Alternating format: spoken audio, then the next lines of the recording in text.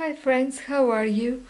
Today I'm going to be showing you how to make a dishcloth, and you are going to learn the moss stitch.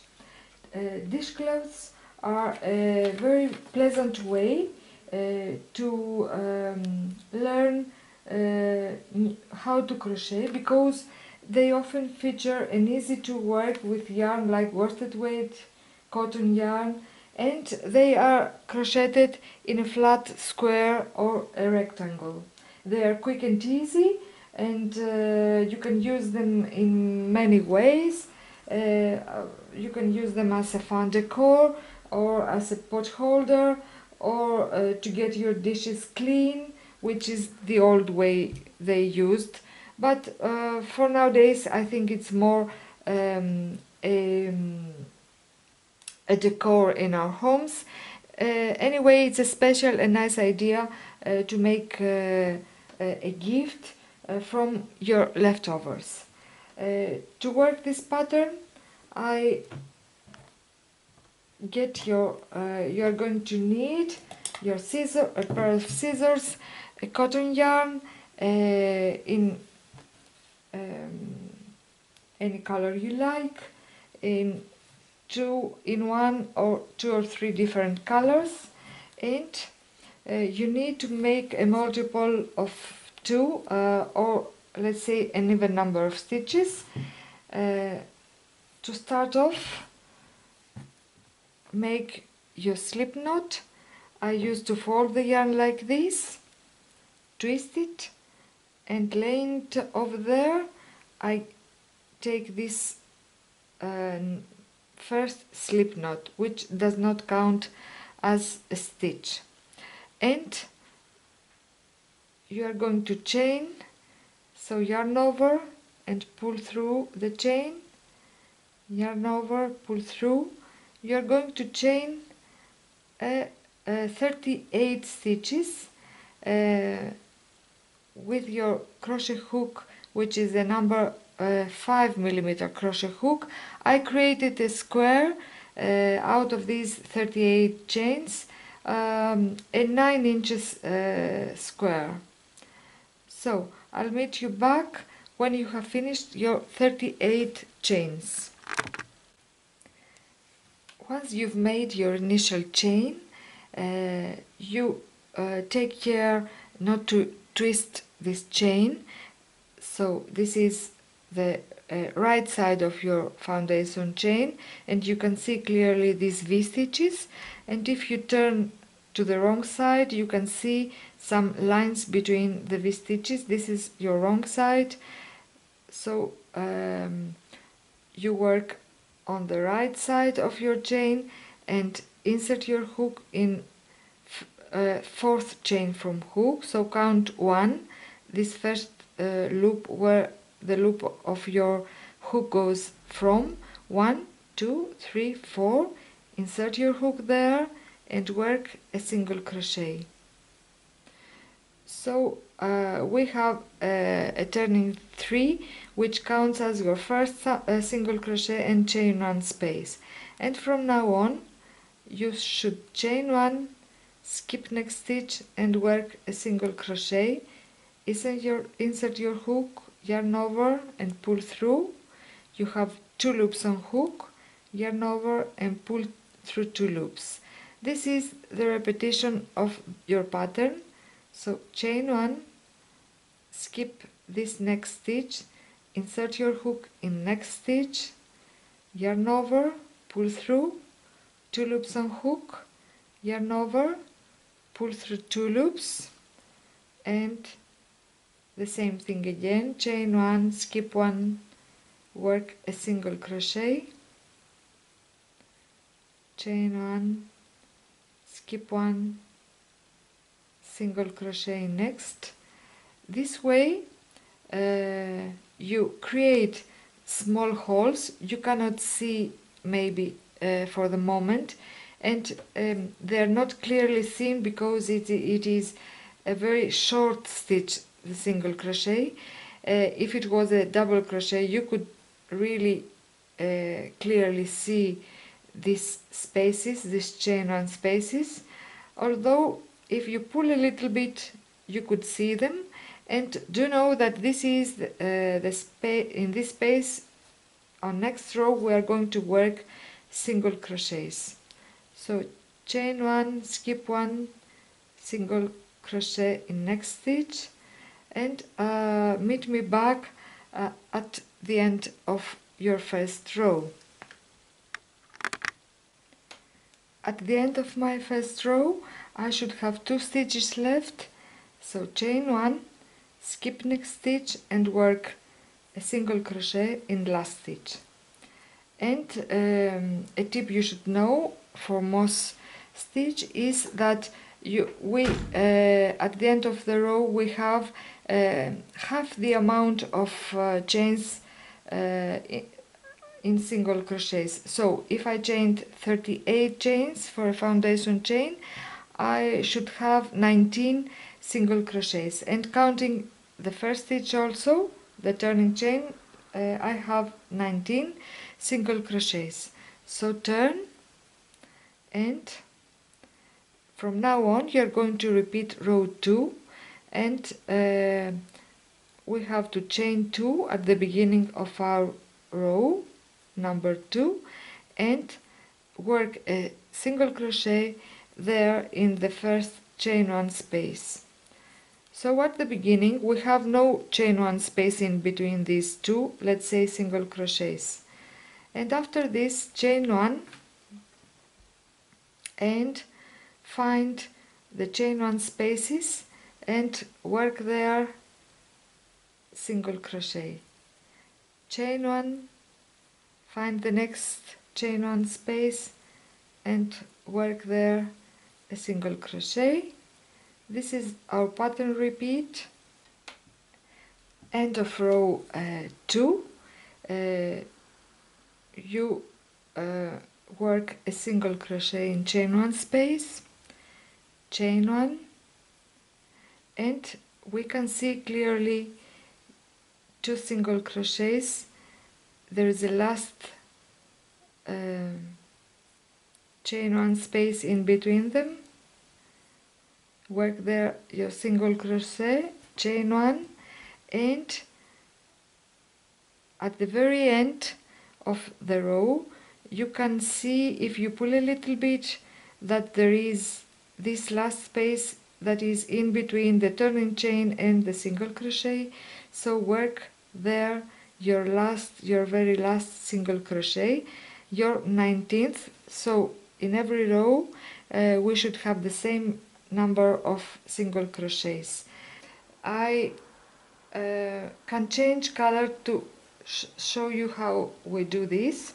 So insert there your hook to work your last single crochet, and before finishing this stitch I have 2 loops on my hook. I cut this yarn and I take another color if I want to make a stripe like this that I have in the middle, and leave a yarn and take this new color, and you can, having the hook here, you can make a knot just to secure.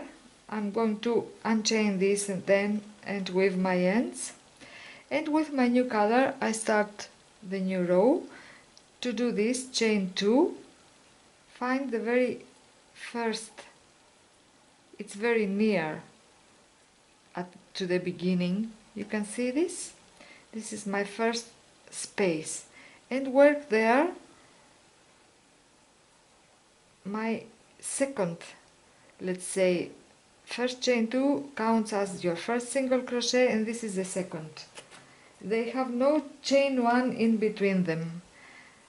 This is the only difference. After this, chain 1 and find next space and work a single crochet, chain 1, single crochet at next chain. So 1, 2, 3, 4, 5 in next space, 6,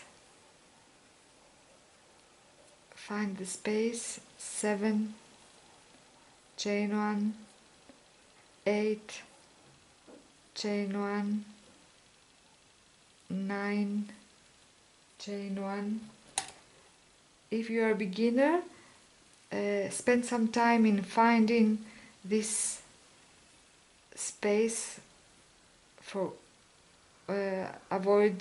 avoiding any mistakes, and chain 1, and this is my next space, chain 1. When we have a new color, then it looks really nice. So this is a pattern that you can make, changing colors in every other row. Chain 1, this is the V-stitch of the single crochet, and this is the space, and chain 1 there, single crochet there, chain 1, and now near the end I have this last space to work a single crochet, then chain 1, and this last space between turning chain. I can put my finger to show it to you.